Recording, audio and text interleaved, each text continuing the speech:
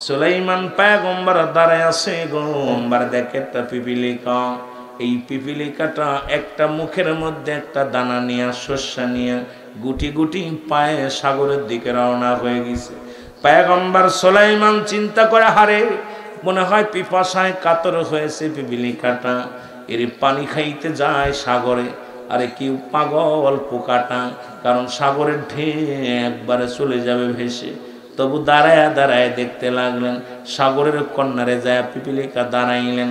সাগর থেকে একটা ব্যাঙ উঠলেন, এবার হা করে মুসলমান হা করলেন। সঙ্গে সঙ্গে পিপিলিকাটা তার গালের মধ্যে ঢুকে গেল, ব্যাঙটা সাগরের মধ্যে ডুব দিল।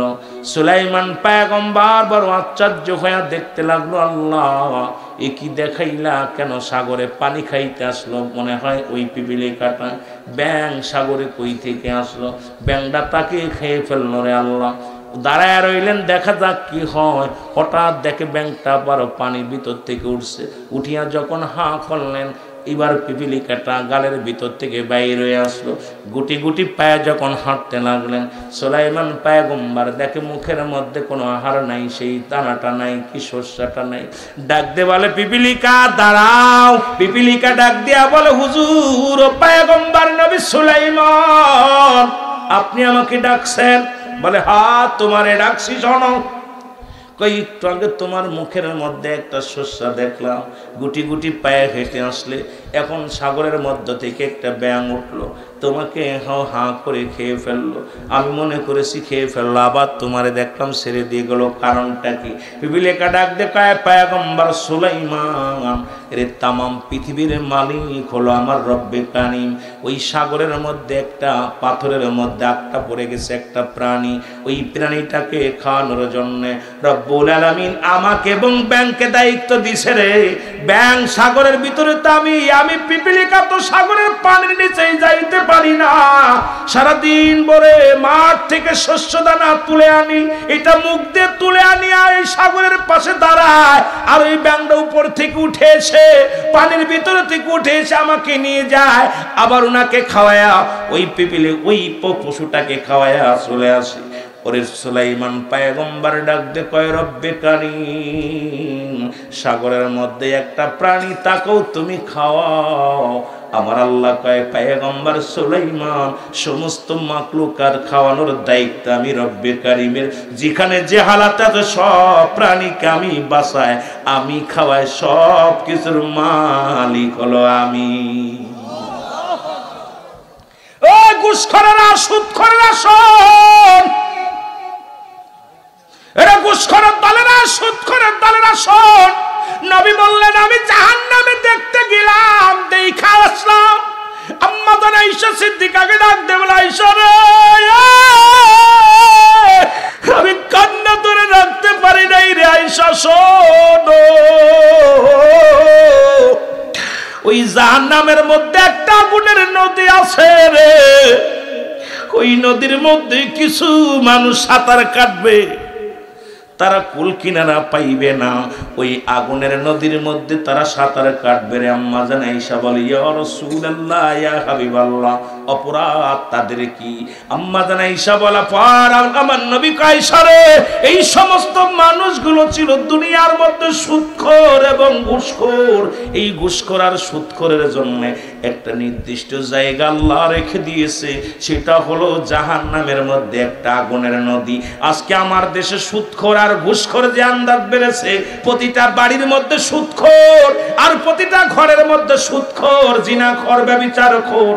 আমার যুবক বন্ধুরা শুনে নাও, শুনে নাও। আর এই জিন্দেগির মধ্যে যদি আল্লাহ প্রাণীটাকে পানির ভিতরে নিয়ে খাওয়াইতে পারে, তোমাকে দুনিয়ায় পাঠাইছে, ধৈর্য ধরো, রব্বে কারিম তোমাকে খাওয়াইবে। হালাল চিন্তা করো, সুদ ঘুষ ছেড়ে দিয়া জীবন যাপন করো, দুনিয়ার জিন্দেগি ছেড়ে দিয়া পরপারের জিন্দেগি করার জন্য প্রস্তুতি হও। জোরে বলেন ঠিক কিনা? এ দুনিয়ার মুসলমান,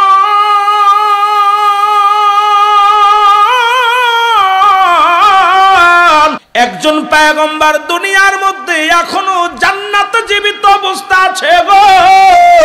চারজন ব্যক্তি এখনো জিন্দা আছে, তাদের মধ্যে একজন হলো পাহাড়ের দায়িত্ব আছে, নামটা জানা আসেনি। পাহাড়ের দায়িত্ব কোন নবীর উপরে দিছে?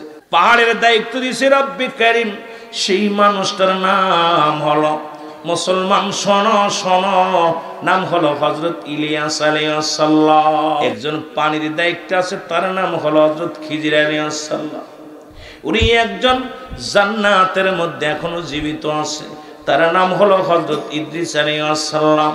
আর একজন নবীর উম্মত হইয়া দুনিয়ার মধ্যে আগমন করবে, তার নামটা তো সবার জানা উচিত। আখের নবীর উম্মত হইয়া দুনিয়ার মধ্যে আগমন করবে, নামটা জানা আছে? মারহাবা, জোরে বলেন না, কি নাম?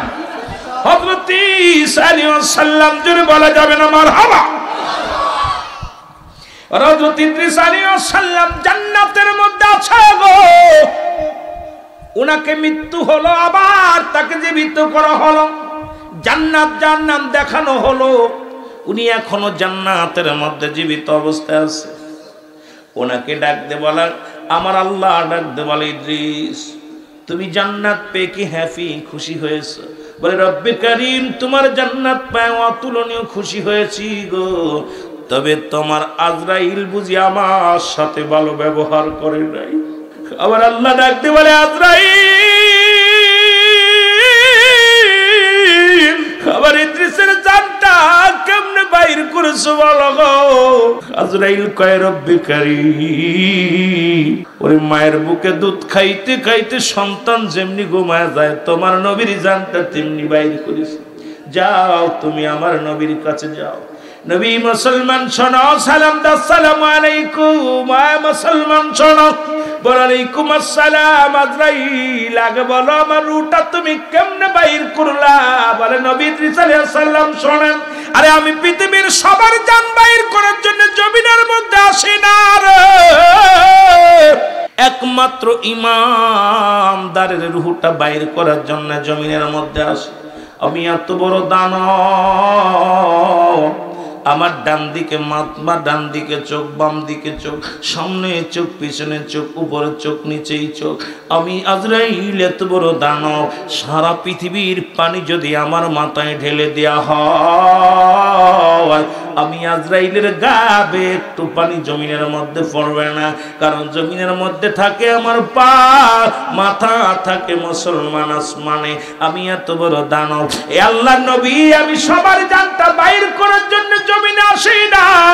ইদ্রিস আলাইহিস সালাম বলে, আজরাইল তুমি আমার রূহটা কি রকম বাইর করেছো বলো? ডাকতে বলো, হুজুর ও হুজুর শোনেন গো, মায়ের বুকে দুধ খাইতে খাইতে সন্তান যেমনি ঘুমায়া যায়, তদ্রূপ আমার আপনার রূহটা বাইর করেছে, শুধু মাথার উপরে হাতটা রেখেছিলাম, কোনো কষ্ট দিই নাই। ইদ্রিস আলাইহিস সালাম একটা চিৎকার দিয়ে বলে, আজরাইল এই মৃত্যু যদি এত কঠিন হয় রে, এই মৃত্যু যদি এত কঠিন হয়, তাহলে কঠিন মৃত্যুটা কত কঠিন, জোরে জোরে চিল্লায় বলা যাবে না আল্লাহু আকবার। আর একটু জোরে জোরে চিল্লায় বলা যাবে না আল্লাহু আকবার। এখন যারা মৃত্যুকালে পায়খানা করে দেয়, মৃত্যুকালে যারা প্রস্রাব করে দেয়, একটাঙ্গ পড়ে যায়, ওই মৃত্যুর সময় যারা কাছে থাকেন গো মুসলমান, দেখছেন আপনজনদের মৃত্যু যারা দেখছেন কত কষ্ট হয়। ও রব্বে কারীম আমাদের মৃত্যুটা তুমি সহজ করে দিও, জোরে জোরে চিল্লায় বলা যাবে না আল্লাহু আকবার। ওই কমত্তর ভিতরে পড়ে থাকলে সময় চলে যাবে গো। ও যুবক বন্ধুরা শোনো, ওই চারজন ব্যক্তি প্রতাপশালী বাদশার কথা বলতে যাইয়া মনে আসেনি, আমি কিন্তু ভুলিনি, আপনারা ভুলে গেল। তারাও মরণ মৃত্যুর পেয়ালা পান করা লাগছে, কবরের ভিতরে ফিরায় ঢুকে যাচ্ছিলাম রে বাবা। এদের মধ্যে এক নাম্বার হলো বাদশাহ সুলাইমান পয়গম্বর, আর এই পয়গম্বরের কথা বলতে যায় পিছনে চলে গেছিলাম একটু। দুই নাম্বার হলো বাদশাহ জুলকারনাইন। আল্লাহ তাকে পৃথিবীর মধ্যে এত লম্বা বানিয়েছিল, তার বডি খানা ছিল 48 হাত লম্বা। কত হাত লম্বা ছিল? 48 হাত লম্বা। বাদশাহ জুলকারনাইন আল্লাহ একটা মুজিজার ঘোড়া দান করেছিল, যে ঘোড়াটা একটা কদম ফেললে 12,000 মাইল অতিক্রম করত। সুতরাং বাংলাদেশে এই ঘোড়ার পা রাখা লাগতো না, এক পা ফেলাইবে পাকিস্তান আর একটা ভারতে, বাংলাদেশ থাকবে তার পেটের মধ্যে পড়ে, কারণ বাংলাদেশটা 12,000 মাইল হইব না। জোরে বলেন ঠিক কিনা? এই লোকটা মৃত্যুর আগে একটা কাগজের মধ্যে লিখে দিলেন, উজিরে শোন, আমি যেদিন মারা যাব, মক্কা মদিনা থেকে উত্তর দিকে একটা মহকাম আছে, আলেকজান্ড্রিয়া স্মৃতি শহর বলা হয়। এই শহরের মধ্যে বাদশাহ জুলকারনাইনকে শোয়ায় রাখা হয়েছে, যিনি মুসলমান। পৃথিবীর মধ্যে ইয়াজিদ মজুদ নামে দুইটি যে প্রাণীগুলো আছে, তামা দস্তাগুলা চারিদিকে বন্টন করিয়া বিশাল প্রাচীর বানায় যাদের বন্দি করে রেখেছে মুসলমান। ভালো করে শুনুন, অনেক লম্বা আলোচনা, এক একজনের কথা বলতে গেলে চলে আসে, বলা সম্ভব নয়, তবু একটু টাচতে যাই এই জন্য, বোঝার জন্য।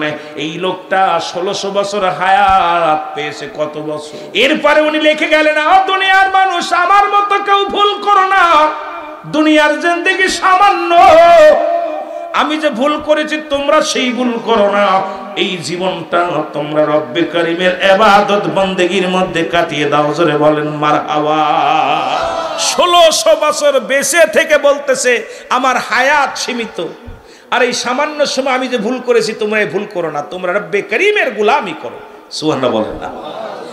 মুসলমান, এরা দুজন কি মরছে না বেঁচে আছে? মারা গিছে এলাকার মধ্যে। মুসলমান শোনো, ইব্রাহিমপুরের জমিনের মধ্যে এমন লোক ছিল যাদের ভয়ে থরথর করে কাঁপতো। ওই নেতারে দাওয়াত না দিলে মাহফিল বন্ধ হয়ে যেত, ওই নেতার বক্তৃতা নিতে না দিলে পরে মুসলমান অফিস আদালত বন্ধ হয়ে যেত। আজকে তারা কবরে শুয়ে আছে, কবর উপরে কুত্তা ছেলে পায়খানা করে, কবর থেকে খেদানোর মতো ক্ষমতা নাই। কবর উপরে দিয়ে গরু ছাগলে ঘাস খায়, খেদানোর মতো ক্ষমতা নাই। তোমার দৌড় কিন্তু শেষ। 80 বছর 40 বছরের নেতা, তোমার নেতা খেতা সব শেষ হয়ে যাবে। যারা বলেন ঠিক কিনা? আমার ভাইরা, আমার কাফেরদের মধ্যে দুজন, একজনের নাম হলো ফিরাউন বা নমরুদ। যেহেতু ফিরাউন বললে বোঝায় মিশরের যিনি অধিবাসী হয়, মিশরের যিনি শাসক হয়, ওকেই তো ফিরাউন উপাধি দেওয়া হয়। ওই লোকটার মূল নাম ছিল নমরুদ। আল্লাহ তাকে দুনিয়ার মধ্যে অনেক ধন সম্পদ, টাকা পয়সা দান করেছিল, তাম পৃথিবীর শাসক বানিয়ে দিয়েছিল। তারপরও দুনিয়ার মধ্যে খোদা দাবি করেছিল। এই কপাল পুরার মরণ হয়েছে না বেঁচে আছে? কথা কন, মরছে না বেঁচে আছে? আর একজন ছিল বাদশা বাজান বুখতানসর, ইনাকেও আল্লাহ দুনিয়ার মধ্যে বিশাল ধন সম্পদের মালিক বানিয়ে দিয়েছিল। তারপর আল্লাহর সঙ্গে নাফরমানি করেছে। পৃথিবীর মধ্যে মুসলমানদের মধ্যে দুজন, কাফেরদের মধ্যে দুজন, রব্বে কারিম পৃথিবীর শাসক, বড় শাসক বানিয়ে দিয়েছিল। যারা দেখি আমাকে ভুলে যায় কিনা, আমার প্রতি নাফরমানি করে কিনা, আমার প্রতি গোলামি করে কিনা, এগুলো বোঝানোর জন্য রব্বে কারিম এদেরকে দুনিয়ার মধ্যে পাঠাইলো। তারা নাফরমানি করে চলে গেল। ও বান্দা, আজকে ইব্রাহিমপুরের জমিনে আল্লাহ ধন সম্পদ দিছে, টাকা দিছে, বাড়ি দিছে, সব দিছে, তারপরও নাফরমানি করো বান্দা। জোরে জোরে বলেন ঠিক কিনা? 2 নাম্বার বিপদ হলো মানুষের কবর। আর এই কবর বলতে বোঝায় মানুষের মৃত্যুর পর থেকে শুরু করে কিয়ামত পর্যন্ত জগৎটাকে বলা হয় কবরের জগৎ। বাবারে, আমরা মনে করি বাড়ির আশেপাশে ওই যে গোরস্থান, ওটাই বুঝি 3.5 হাত গর্ত করে রাখছে, ওটাই কবর। কবর বলতে আমরা যা বুঝাই, শোনো শোনো গো, যারা আগুনে পুড়ে মরে গেল তাদের কবর কোথায়? যাদের হাঙ্গর কুমিরে খাইলো তাদের কবর কোথায়? যাদের ভাগ বল্লকে খাইলো তাদের কবর কোথায়? কবর বলতে বোঝায় মানুষের মৃত্যুর পর থেকে শুরু করে কিয়ামত পর্যন্ত জগৎটাকে বলা হয় কবরের জগৎ। জোরে বলেন ঠিক কিনা? মৃত্যুর পর থেকে শুরু করে কিয়ামত পর্যন্ত জগৎটাকে বলা হয় কবরের জগৎ। মুসলমান, 2 নাম্বার বিপদ হলো মানুষের কবর। আর এই কবরে যেদিন শোয়া দিবে রে ও যুবক, কবরে যেদিন শোয়া দিবে, সর্বপ্রথম আপনার কবরে একজন ফেরেশতা আসবে, তার নাম হলো নোমান ফেরেশতা। কি নাম? বাবার এমন কারণে কি এত ফস করে আইতো না, একটু ধৈর্য ধরো। সেই ফেরেশতার নাম হলো নোমান ফেরেশতা। এর রব্বুল আলামিন তোমাকে রূহটা দিছে, এবার আজরাইল আলাইহিস সালাম তোমার রূহটা বাইর করেছে। মুসলমান কেরামন কাতিবিন দুজন ফেরেশতা রাখছে লেখার জন্য, আর একজন ফেরেশতা তোমার জমা দিবে তোমার আমলনামাটা। এই যে খাতা লেখা পর জমা চলে যায় মুসলমান, একজন মাস্টারের কাছে মাস্টার খাতা দেখে রে আপনার জিন্দেগিটা জমা আছে, দুজন লিখে রাখছে, যা এটা জমা দিবে এসে কবরে। সেই ফেরেশতার নাম হলো নোমান ফেরেশতা। জোরে জোরে চিল্লায় বলা যাবে না আল্লাহু আকবার। এর নোমান ফেরেশতা কবরে ঢুকিয়া ডাক দিবে মুসলমান, ডাক দিয়ে বলবে রুহুল আমিন সিদ্দিকী ওঠো গো, তোমার রূহটা আমি তোমার কাছে পৌঁছায় দিলাম। দুইটা কাগজ থাকবে হাতের মধ্যে, একটা নেক আমল একটা বদাম। ও বাবারা শোনো, উঠায় ডাক দিয়ে বলবে এই নাও, তোমার 80 বছরের জিন্দেগি কয় রাকাত নামাজ পড়েছো, কত ওয়াক্ত নামাজ তুমি আদায় করেছো, কত জায়গা দান খয়রাত করেছো, কত রোজা রাখছো, কতটা নামাজ পড়ছো, কতবার সালাম দিছো, কোনায় কোরআন শরীফ পড়ছো, কত কি ভালো কর্ম করেছো। বান্দা হাতের মধ্যে পায়া বড় হ্যাপি হয়ে যাবে, সুখী হবে, শান্তি পাবে, মনে করবে আরে আমার কত সুন্দর আমল নামা নিয়ে আইছে। ডাক দে বলে বান্দা লেখা দাও, ও বান্দা তোমার আমল নামাটা লিখে দাও। যার যার আমল নামা তার লেখা লাগবে গো। ওই কবরের ভিতরে তোমার টিপসই চলবে না, আমি লিখতে পারি না বলা যাবে না। ও মুসলমান শোনো, যার যার আমল নামাটা তার লেখা লাগবে। ডাক দে বলবে বান্দা তুমি লিখে দাও। বলে আমি লিখবো কেমনে, আমার কাছে তো কোনো কলম না, আমি লিখবো কেমনে? বলে বান্দা কলম হলো তোমার শাহাদাত আঙ্গুল মোবারক, তোমার হাতের মধ্যে একটা নখ আছে রে বান্দা, এটার বড় দাম। এটা হলো মুমিনের কলম, ইমানদারের কলম। এই কলমটা দিয়া মুসলমান, যে কলম দিয়া রব্বুল আলামিন আমার নবীর এমন পাওয়ার দিছে রে মুসলমান, চন্দ্রকে দ্বিখণ্ডিত করে দিছে শাহাদাত আঙ্গুল মোবারক দিয়া। মুসলমান কবরের ভিতরে প্রতিটা মানুষের আঙ্গুল মোবারক হবে কলম। জোরে জোরে বলো মারহাবা। আমি যুবকদের পায়ে ধরে বলে যাই, যুবক এই হাত দেওয়ার বিড়ি ধরিস না, এই হাত দেওয়ার গাঁজা ধরিস না, এই হাত দেওয়ার মদ ধরিস না, এই হাতের মধ্যে আর হারাম জিনিস ধরিস না রে যুবক, সুদের টাকা ঘুষের টাকা ধরিস না। হাতটারে পবিত্র রাখ, এই হাতের আঙ্গুল মোবারক হবে তোর কলম। জোরে জোরে বলো মারহাবা। ডাক দে বলে বান্দা আমি কলম পাইলাম, ও ফেরেশতা আমি তো কালি, কালামের কালি পাবো কই? বলে বান্দা কালি হলো তোমার মুখের থুতু মুবারক। সুবহানাল্লাহ। এই যে মুখের থুতু মুবারক, এটা হবে তোমার কালিরে মুসলমান। আমি আপনাদের পায়ে ধরে বলে যাব, এই মুখ দিয়া কাউকে গালি দিয়েন না, মুখের মধ্যে বিড়ি সিগারেট লাগায়েন না, এই মুখের মধ্যে হারাম ঢুকায়েন না রে যুবক। ও আমার বাজানেরা রে, তোদের পায়ে ধরে বলে যাবি রুহুল আমিন সিদ্দিকী তোমাদের ছেলের বয়সী রে বাবা, কারণ নাতির বয়সী, কারোর বন্ধু, কেউ বাবা মুসলমান বন্ধু ভাবতে পারো। আমি বক্তা হিসেবে নয়, তোমাদের ভাই হিসেবে, দিনে ভাই হিসেবে বলে যায়, আজ থেকে মুখটারে পবিত্র রাখো। যে মুখের মধ্যে জন্মে তোমার যখন তুমি মায়ের গর্ভে ছিলা, এরে তোমার আম্মা জানের নাবির সঙ্গে তোমার নাবি জুড়া দিছে রে। ওই কুরক্ত খায়া তোর 10 মাস 10 দিন গর্ভে রেখেছে রে। একদিন রব্বে কারীম তোমার মুখ দিয়ে খানা খাওয়াই নাই, এই মুখটা পবিত্র রাখছে।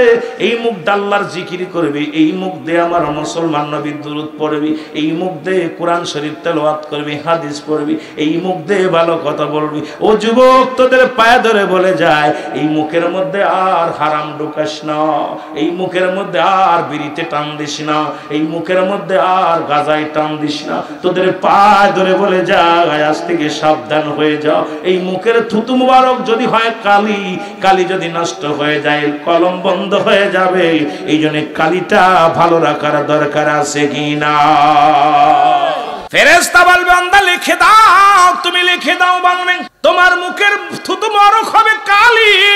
বান্দা বলবে আমি কালি পাইলাম, কাগজ পাবো কই? কাপড়ের 3 টুকরা কাপড় দেওয়া হয়, 1 টুকরা কাপড় খুলে নিবে, বলে বান্দাই নাও লেখো, তাড়াতাড়ি লেখো। বান্দার সেকেন্ডের মধ্যে লেখা হয়ে যাবে। এবার হাত থেকে সিনে নিয়ে বলবে বান্দার একটা কাগজ দিবে হাতের মধ্যে ধরাইয়া, বান্দা লেখো। টাকা থাকবে রে, কত তো নামাজ ছেড়ে দিছো, কত তো রোজা ছাড়ছো, কয়টা অন্যায় করেছো, কোথায় জিনা করেছো, ব্যভিচার করেছো, সব সামনে হাজির হয়ে যাবে। বান্দা চিৎকার মেরে কাঁদবে আর বলবে বাবা ফেরেশতা আমি লিখতে পারি না রে। ও যুবক শোনো, ডান দিক থেকে মাটিতে চাপ দিবে বাম দিকে, ডান দিকের আড্ডিগুলো বাম দিকে চলে যাবে, বাম দিকের আড্ডিগুলো ডান দিকে চলে যাবে। এত জোরে জোরে এক একটা গর্জন মারবে, শত শত গজ মাটির নিচে চলে যাবে, আবার তার উত্তোলন করা হবে। এইরকম কষ্ট দিয়া সমস্ত আমলগুলো তোমার লেখা হবে। লিখে বলবে বান্দা গুড বাই, বিদায়। একটু পরে কবরে আসবে মুনকার নেকির ফেরেশতা, বান্দারে ও বান্দা 80 বছরের জিন্দেগি পাইয়া, 50 বছর 60 বছরের জিন্দেগি পাইয়া ভালো আমল করতে পারিস না, আমি বিদায় হয়ে গেলাম। একটু পরে তোর কবরে ঢুকবে মুনকার নেকির। এবার মুনকার নেকি কবরে ঢুকবে, ঢুইকা দেখবে বান্দার কাছে 2টা পত্র পড়ে আছে, কাগজ পড়ে আছে। একটার মধ্যে দেখবে নেক আমল, আর একটার মধ্যে দেখবে বদ আমল। এবার যখন বান্দার আমলগুলো যখন খারাপ হবে না মুসলমান, একটা দরজা খুলে দিবে কবর পর্যন্ত, কিয়ামত পর্যন্ত কবরের মধ্যে জাহান্নামের ওই অগ্নিকাণ্ড আযাব গজব। জোরে চিল্লায় বলেন কান্ডা লাগা শোনো। কবরে আযাব হয়, কার কার বিশ্বাস হয়? সবার হাত ওঠে নাই, তার মধ্যে বাদ আছে। কবরে আযাব হয় যদি বিশ্বাস না হয়, আগামী দিন আপনাদের কবরবাসী গোরস্থানের সামনে একটা গরু বানবেন, গরু বান্ধিয়া সুন্দর খাবার দিবেন, খাবার দিয়ে আড়ালে একটু দাঁড়ায়া থাকবেন। দেখবেন আপনার আব্বার কবরের পাশে, মা বাবার কবরের পাশে দাঁড়ায়া দেখবেন, দূর থেকে দাঁড়ায়া দেখবেন গরুটা দরদর করে চোখের পানি ছেড়ে দিছে, টালুমালু তাকাবে আর দড়ি সেরাসিরি করবে, রশি সেরাসিরি করবে। কবরে আযাব একমাত্র মানুষ এবং দানব বুঝতে পারে না, পৃথিবীর সমস্ত মাখলুকাত বুঝতে পারে কবরের আযাব, একমাত্র আল্লাহ রাব্বুল আলামিন মানুষ এবং দানবকে বুঝতে দেয় নাই। এ আমার ভাইরা, আমার বন্ধুরা, আমার 3 নাম্বার বিপদ হলো কিয়ামতের ময়দান। কিয়ামতের ময়দান যেদিন সন্তান বাবারে চিনবে না, বাবা সন্তানরে চিনবে না, বিবি স্বামীরে চিনবে না, স্বামী বিবিরে চিনবে না, ভাই ভাইরে চিনবে না। যেদিন মুঠো হাত উপরে সূর্যোদয় হবে, মস্তিষ্কগুলো গলে গলে জমিনের মধ্যে পড়বে। এই জমিনের মধ্যে মানুষ সাঁতার কাটবে গো, হাঁটু পানির মধ্যে, গিরা পানির মধ্যে, গলা পানির মধ্যে মানুষগুলো সাঁতার কাটবে কিয়ামতের ময়দানে। মুসলমান ওদিন রব্বি কারিম এত কঠিন হয়ে যাবে গো, ও মুসলমান সরো, ওই কিয়ামতটা আরো ভয়াবহ রে মুসলমান। ওদিন মানুষগুলো দৌড়ায়া যাবে, আর মুখ দিয়ে আসবে শুধু একটা বাক্য, ইয়া সালিম, ইয়া সালিম, আমাকে নিরাপত্তা দাও। কোনো নিরাপত্তা দেওয়া হবে না। বান্দা শুনে নাও, বান্দারা দৌড়ায়া যাবে কোথার? আদম আলাইহিস সালামের কাছে। আদম নবী বলবে আমি অপারক, চলে যাও কার কাছে? ঈসা আলাইহিস সালামের কাছে। ঈসা বলবে আমি অপারক, চলে যাও মুসা আলাইহিস সালামের কাছে। মুসা মুসলমান চলে যায় ইব্রাহিম আলাইহিস সালামের কাছে। ইব্রাহিম বলবে আমি অপারক, চলে যাও মুসা আলাইহিস সালামের কাছে। মুসা নবী বলবে আমি অপারক, চলে যাও উম্মতের কান্ডারি দরুদি নবী রাহমাতাল লিল আলামিনের কাছে। জোরে জোরে চিল্লায় বলা যাবে না মারহাবা। আমার ভাইরা, আমার বন্ধুরা, আমার ওই দিনটা তো কঠিন হবে গো। জাহান্নামের গায়ে একটা গাছ থাকবে লাগানো, জাক্কুম নামে কাঁটাযুক্ত গাছ থাকবে। এটা দূর থেকে মানুষগুলো গ্রাস করে ফেলবে, এই কাঁটাগুলো খেয়ে ফেলবে মানুষগুলো। ওই বেলের কাঁটার মতো গাছটা হবে না মুসলমান, যদিও বেলের উদাহরণ দিয়ে এটা হবে না।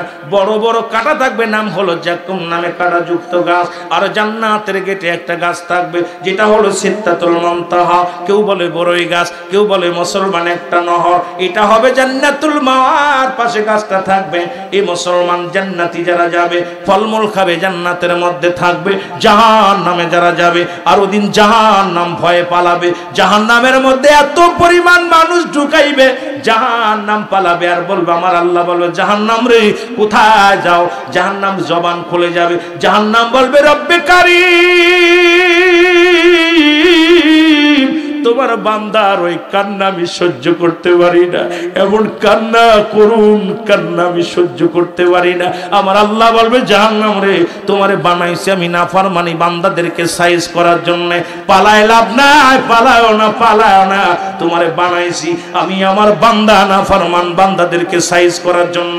এখনো সময় আছে, আজকের মাহফিল থেকে খাস তওবা করে যাব, আর এক ওয়াক্ত নামাজ ছাড়ব না, অন্যায় করব না, জুলুম করব না, ব্যভিচার করব না, হট্টগোল করব না, সমস্ত অন্যায় কাজ থেকে ফিরে রব্বি করিমের গোলামি করব। জোরে জোরে বলেন ঠিক কি না?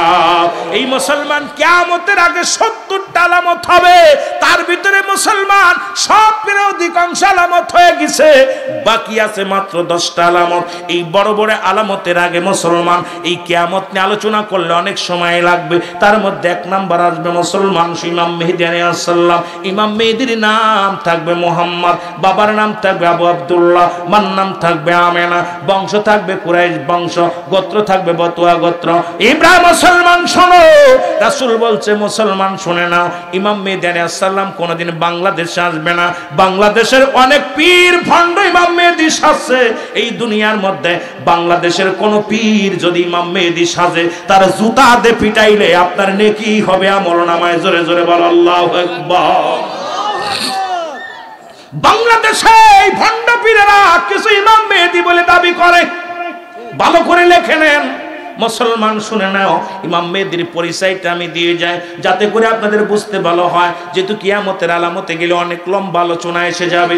এখন 10টা আলামত নিয়ে যদি আলোচনা করি, ও মুসলমান শুনে নাও, লম্বা চওড়া আলোচনা হয়ে যাবে। কিয়ামতের আগের কিছু আলোচনা করে যায়। ইমাম মেহেদী আলাইহিস সালাম যখন মক্কা মদিনা, ওই মক্কা নগরে এত পরিমাণ জিনা ব্যভিচার হবে গো, জুয়া খেলা শুরু হবে, মদ জুয়া নারী এটা হবে তাদের ওই আয়ামে জাইলাতের মতো শুরু হয়ে যাবে, অন্ধকার নেমে আসবে। তো এই জামানায় ইমাম মেহেদী আলাইহিস সালাম আগমন করবে। রাসূল বলছে ইমাম মেহেদীর চেহারা হবে কি হবে? মুসলমান শ্যামলা বর্ণ হবে, মুসলমান মানুষ হবে মাঝারি বর্ণ, এবং তার গঠন হবে কি শোনো, তার মাথার চুলগুলো থাকবে কোকড়ানো মোকড়ানো, কানের ভিতরে থাকবে লম্বা লম্বা পশম, বুড়ুটা থাকবে জোড়া বুড়ু, এই বুড়ুর মধ্যে কোনো ফাঁকা থাকবে না। ইমাম মেহেদী আলাইহিস সালামের সিনাটা থাকবে সিংহ পুরুষের মতো। ইমাম মেহেদী আলাইহিস সালাম যখন রাস্তা দিয়ে চলবে এমন নমনীয় থাকবে। সবচেয়ে বড় পরিচয়, ইমাম মেহেদী আলাইহিস সালাম থাকবে তুতলা, যখন কথা বলতে যাবে বেঁধে যাবে, আর ওই পুরুতের মধ্যে জোরে জোরে থাবা লাগাইবে। এটা হলো সবচেয়ে বড় পরিচয়। ইমাম মেহেদী আলাইহিস সালাম যখন মক্কা থেকে মদিনার দিকে রওনা হয়ে যাবে, হক্কানি আলেম উলামার সঙ্গে দেখা হয়ে যাবে, তখন সবাই বলবে আপনি ইমাম মেহেদী আলাইহিস সালাম। ইমাম মেহেদী বলবে না, আমার নাম মুহাম্মদ। কয় না, আপনার নাম ইমাম মেহেদী আলাইহিস সালাম। উপর থেকে একটা আওয়াজ আসবে, হাজা খলিফাতুন ফিল আরদ। এই আওয়াজটা এত জোরে আসবে, আওয়াজটা হক্কানি আলেম উলামা শুনতে পাবে। সবাই বলবে এখন এই ইমাম মেহেদী আলাইহিস সালাম, এই বাণীটা কে শোনাইলো রে?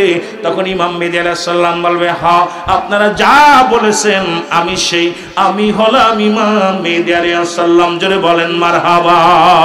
এই দুনিয়ার মুসলমান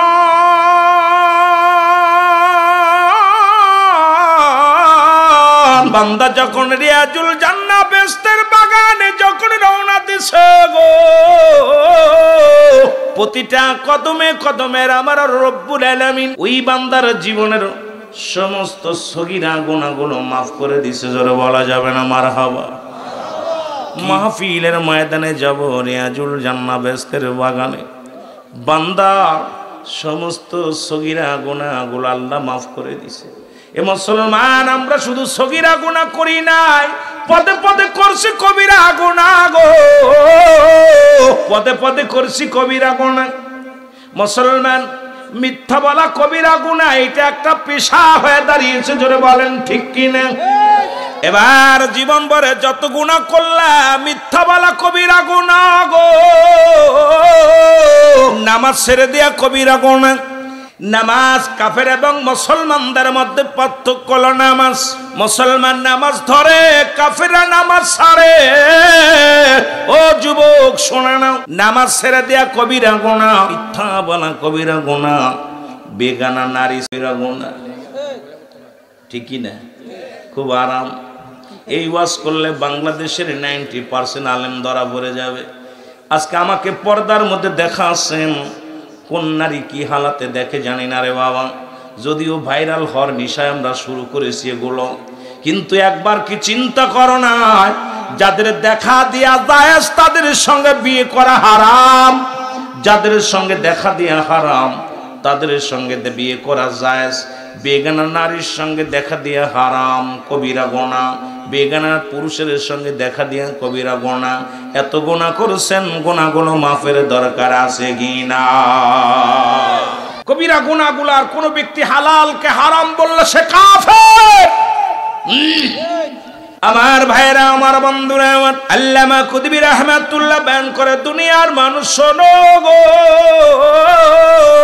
বান্দা যখন এই গুনার কথা মনে করিয়া জান্নাতের বাগানে বইয়া খাস তওবা করে ডাক দে, আল্লাহ আমার জীবনের শেষ মাহফিল, শেষ রাত্রে আল্লাহ কবরের ভয়ে, জাহান্নামের ভয়ে, বান্দা যখন খাস তওবা করে আল্লাহ বলে ডাক দেয়, আমার আল্লাহ রাব্বুল আলামিন বান্দার জীবনের দরিয়া দরিয়া গুনাহগুলো মাফ করে দেয়। জোরে বলেন মারহাবা। জান্নাতের বাগানে নিয়ত করে আসছেন সগীরা গুনাহ মাফ, এখানে বসে আখেরি মোনাজাত করে, আখেরি মোনাজাত। আমি আগেই বলেছি কিয়ামত পর্যন্ত আর কোনো নবী আসবে না, কিয়ামত পর্যন্ত তওবার দরজা খোলা। বান্দা যখন কবরের ভয়ে, জাহান্নামের ভয়ে খাস তওবা করে আল্লাহ বলে ডাক দিবে, আমার রব্বে করিম কি দয়ার সাগর, সমস্ত গুনাহগুলো দাফন করে দিবে জমিনের মধ্যে। সুবহানাল্লাহ। যত মাহফিল দিবেন ততই লাভ, যতই মাহফিলে যাবেন ততই লাভ, তবে নিয়তটা থাকা লাগবে আমি ভালো কাজের জন্য যেতেছি। আল্লাহ গুনার বোঝা নিয়া জান্নাতের বাগানে এসেছি রে আল্লাহ, গুনার বোঝা নিয়া যেন বাড়ি না ফিরে যায়।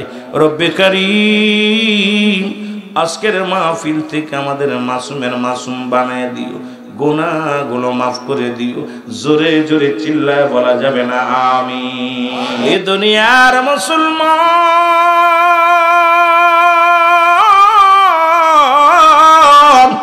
মানুষের তিনটা বিপদ, তিনটা বিপদ। নাম্বার 1 হলো মানুষের মরণ, 2 নাম্বার বিপদ হলো কবর, 3 নাম্বার বিপদ হলো কিয়ামতের ময়দান। মনে করেন আরাম, মৃত্যুটা যে কত কঠিন। একবার যদি মরতে তাহলে বুঝতাম, যদি মরা পর বাঁচতাম তাহলে বুঝতে পারতাম মরণটা কত যন্ত্রণা। তবে ইমানদারের মৃত্যু কত সহজ হয় রে বাবা। যেমনি আটা গোলায়া খামির বানাইয়া, এই খামিরের মধ্যে যদি একটা চুল পড়ে, চুলটা যেমন টান দিয়ে যেমন নিলে আটার মধ্যে টের পাওয়া যায় না, ইমানদারের মৃত্যুটা ঠিক সেমনি হয়। আমাদের কি ইমানদার হওয়ার দরকার আছে কি না? এটা বলতেছিলাম, পৃথিবীর মধ্যে আসার একটা সিরিয়াল আছে যার কোনো সিরিয়াল নাই রে। বাবার কাঁধে সন্তানের লাশ, সন্তানের কাঁধে বাবার লাশ, এই দাদার কাঁধে নাতির লাশ, নাতির কাঁধে দাদার লাশ। এই লাশ বহনকারী ব্যক্তি জানে সন্তানের লাশ কত ভারী। আজকে কবর গরস্থানের বাসীদের জন্য দুয়ার মাহফিল, কে বা কার জন্য কান্দে। 3টা জিনিস কাজে লাগে। নাম্বার 1 হলো নেকামল, নাম্বার 2 সদকায়ে জারিয়া, নাম্বার 3 নেককার সন্তান। আজকে এমন সন্তান রেখে গেছি, আমি মনে করি এলাকাবাসী বড় ধন্য। এলাকার সুসন্তান আজকে যুব সমাজ গো, তারা কমিটি করে গ্রামবাসীদের জন্য দোয়ার আয়োজন করেছে, কে বা কার জন্য কান্দে। আজকে কবরবাসীর আত্মার মাগফিরাত কামনাতে যুব সমাজ একত্রিত হইয়া জান্নাতের বাগান সাজাইল। আল্লাহ এই মহল্লায় যত কবরবাসী শুয়ে আছে আল্লাহ, সবার কবরে আযাব তুমি মাফ করে দিও আল্লাহ। যে সন্তান তার বাবার লাশটা কবরে শোয়া দিছে, যে বাবা তার সন্তানের লাশ কবরে শোয়াইছে, স্বামী তার বিবির লাশটা শোয়া দিছে, এ আল্লাহ আজকের মাহফিলের খাতিরে এলাকার যত কবরবাসী আছে সবাই তুমি মাফ করে দিও। জোরে জোরে চিল্লায় বলা যাবে না আল্লাহু আকবার। আমার ভাইরা, আমার বন্ধুরা, আমার মৃত্যুর কথা বলতে যা আমার মনে পড়ে যায় রে। সাহেব একটা কিতাব লাগলো গো, কিতাবের নাম্বার শরিয়াত। এই কিতাবের মধ্যে লিখতে যা বললেন, দুনিয়ার মানুষ শুনে নাও, মানুষ যখন সাধারণ মৃত্যুবরণ করে 70টা তাজা উটের গায়ের চামড়া জবাই না করিয়া উল্টো দিকে টান দিয়া লবণ আর মরিচ লাগা দিলে যতটুক যন্ত্রণা হয়, এর চাইতে 70 গুণ যন্ত্রণা হলো একটা সাধারণ মৃত্যু। এখন যারা মরণকালে পায়খানা করে দেয়, কত মানুষের জানাজা পড়াইলাম, কত মানুষের দাফন করাইলাম রে, কত মানুষের কাফন পরাইলাম। দেখি ওই মৃত্যুর সময় মায়ের মুসলমান পায়খানা প্রস্রাব করে দিছে। ওরে মুসলমান, মরণের সময় কত মানুষের চোখ দুটি বড় বড় হয়ে যায়, মরণের সময় কত মানুষের জিহ্বাটা বাইর হয়ে যায়, একটাঙ্গ পড়ে যায়, তাদের কত কষ্ট হয়, মৃত্যু কত কষ্ট রে মুসলমান। এখান থেকে পালানোর কোনো পথ নাই, বাঁচার কোনো পথ নাই। দুনিয়ার সব রোগের ওষুধ বাইর হলো, এই মরণ রোগের কোনো ওষুধ নাই। মরণের পেয়ালা পান করতে হবে, এর মধ্যে কোনো সন্দেহ নাই। যারা বলেন ঠিক কিনা? এরে মুসলমান, তুমি কার জন্য তুমি সুদ খাও, কার জন্য তুমি ঘুষ খাও, কার জন্য তুমি ব্যভিচার করো, কার জন্য দুনিয়ার মানুষের সম্পদ লুইটা লাও গো? আল্লাহ কয় কুল্লু মান আলাইহা ফান, আল্লাহ কয় বান্দা এই জমিনটা আমি চূর্ণ বিচ্ছিন্ন করে দিব। আলাইহা ফান, সব শেষ করে দিবে কে? জোরে বলেন কে? আরো জোরে বলেন কে? আল্লাহ কয় বান্দা এই জমিনটা আমি রাখবো না, এই জমিনের মধ্যে যা কিছু আছে সব আমি চূর্ণ বিচ্ছিন্ন করে দিব। এই জমিনটা পুড়ে আমি তামা বানায়া দিব। কত মানুষের জমি ফাঁকি দিলাম, লাঙ্গল চষ্টে যাইয়া হাতাল ঠেলে ঠেলে জমি বাড়াইলাম, রাস্তা কেটে কেটে জমি বাড়াইলাম, কত বোনের সম্পদ ফাঁকি দিলাম। ওরে 3 শ্রেণীর মানুষের, ও মুসলমান শোনো গো, 3 শ্রেণীর মানুষের মৃত্যুর আগে আযাব শুরু হয়ে যাবে। রব্বে কারীম দুনিয়ার মধ্যে তাদের শাস্তি দিবে 3 শ্রেণীর মানুষ। তার মধ্যে 1 নাম্বার হলো সতী নারীর উপরে তহমত দেওয়া। খবরদার আমার মা বোনেরা যারা আসছে আজকে শোনো, বাজানরা শোনো, হয়তো কোনো বোন রাস্তা দিয়ে চলে, আপনি মনে মনে মন্তব্য করতে পারবেন এটা বাজে মেয়ে। আমার নবীজি বলছে 3 শ্রেণীর মানুষের দুনিয়ার মধ্যে মৃত্যুর আগে তাদের শাস্তি হয়ে যায় গো, কঠিন শাস্তি হয়ে যায়। তার মধ্যে 1 নাম্বার, কোন নারীর উপরে তহমত দিয়া, মিথ্যে তহমত দিয়া, জিনার তহমত দিয়া বাজে মন্তব্য করা। ও মুসলমান শুনে নাও, 2 নাম্বার হলো পৃথিবীর মধ্যে ভাই বোনের সম্পদ লণ্ঠনকারী, যারা ভাই বোনের সম্পদ ফাঁকি দেয়। আজকে দুনিয়ার মধ্যে প্রায়টা বাড়ির মধ্যে দেখা যায় ভাইয়ের ভাই বোনের সম্পদ আত্মসাৎ করেছে। এই সমস্ত মানুষকে আল্লাহ প্যারালাইসিস, কঠিন রোগে, হার্ট অ্যাটাক, কিডনি পুজে যা কঠিন কঠিন আযাব আল্লাহ দুনিয়ার মধ্যে দিয়ে দেয়। ও যুবক শুনে নাও, 3 নাম্বার হলো এই দুনিয়ার মধ্যে যারা কালো জাদু করে মানুষের ক্ষতির জন্য। দেখা যায় স্বামী স্ত্রী মিলনের জন্য কালো জাদু করে, ভাইকে ভাইয়ের সঙ্গে শত্রুতায় করার জন্য কালো জাদু করে, পরের মেয়েকে আনার জন্য কালো জাদু করে।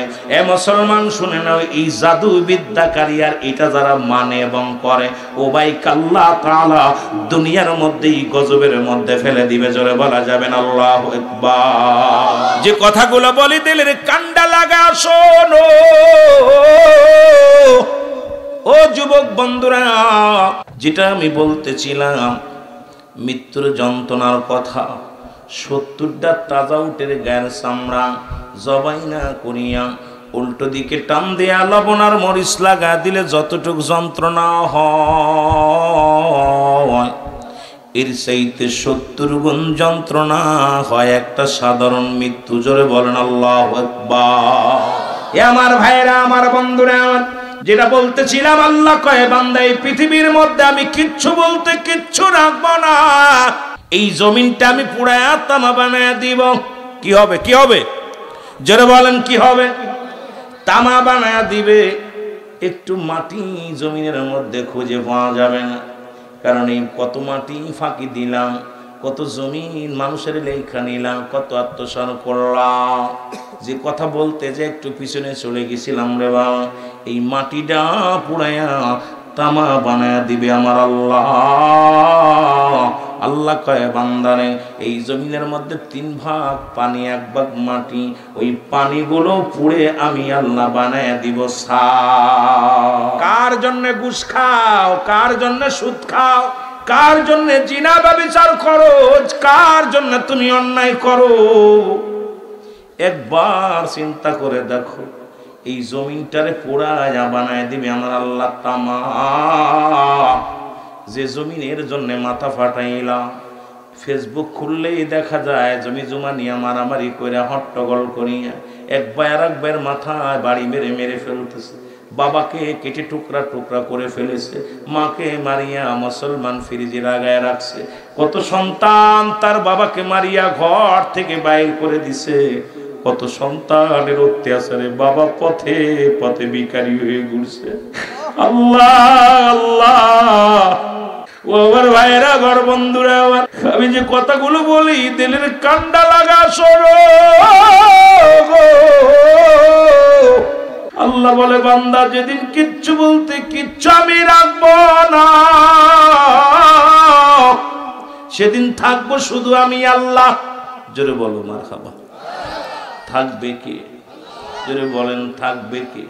আল্লাহ কয় বান্দা সেদিন থাকবো শুধু আমি, আর আমি থাকবো আমার রাসূলের ভালোবাসা নিয়ে। আর রাসূল আসছে উম্মাতের মঙ্গলের জন্য।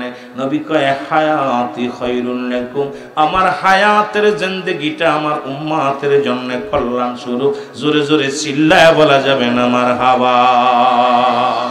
রাসূল কয় আমি দুনিয়ার মধ্যে আগমন করেছি আমার উম্মতের জন্য, কারণ আমার উম্মতের সঙ্গে কথাবার্তা বলতে পেরেছি, চলাফেরা করেছি, শরিয়াত তরিকত সব জায়গায় আমি নবী গো। আবার আমি বিদায় নিলাম আমার উম্মতের জন্য।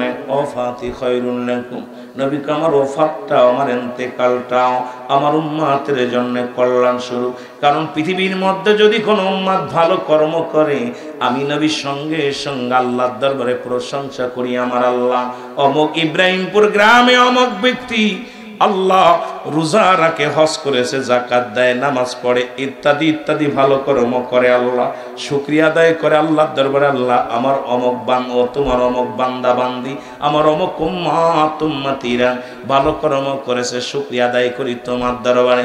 আবার কোন উম্মত যদি পৃথিবীর মধ্যে কোনো গুনাহের কাজ করে গো, নবী কয় সঙ্গে সঙ্গে আমি নবী আমার উম্মতের হইয়া আল্লাহর দরবারে ইস্তেগফার করি, মাফ চাই, ক্ষমা চাই। অন্যায় করে ছেলে মাফ চায় বাবায়, অন্যায় করে গ্রামের ছেলে মাফ চাই চেয়ারম্যান মেম্বার যাইয়া, অন্যায় ভুল করে উম্মতিরা ক্ষমা চায় রাহমাতাল লিল আলামিন। এই নবীর পক্ষে থাকা লাগবে কি লাগবে না?